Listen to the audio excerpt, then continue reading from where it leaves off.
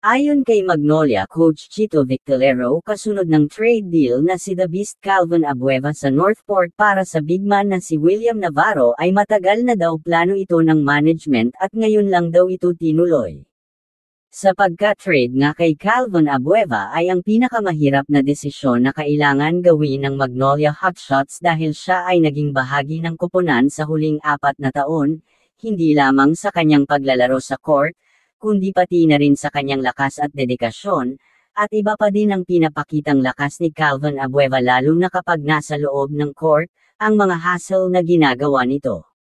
Kailangan din daw isipin ang kinabukasan ng koponan sa pagkuha ng isang bata at talentado na tulad ni William Navarro ay isang hakbang na pinaniniwalaan na kailangan gawin upang palakasin ang koponan at panatilihin ang champion contender sa hinaharap at alam ni Coach Chito Victorero na ito ang kailangan nilang gawin.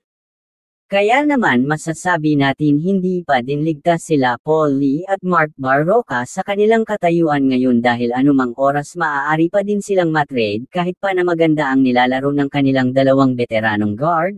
Palagay na natin lumakas nga ang kanilang lineup dahil sa pagkuha nila kay William Navarro dahil alam naman natin kung anong laruan mayroon ito mapa-opensa man o depensa. Ang mahalaga nga daw ay seryoso ang koponan ng Magnolia Chicken Team Play-Doh's Hotshots ngayong conference sa pagkuha nila ng kampyonato.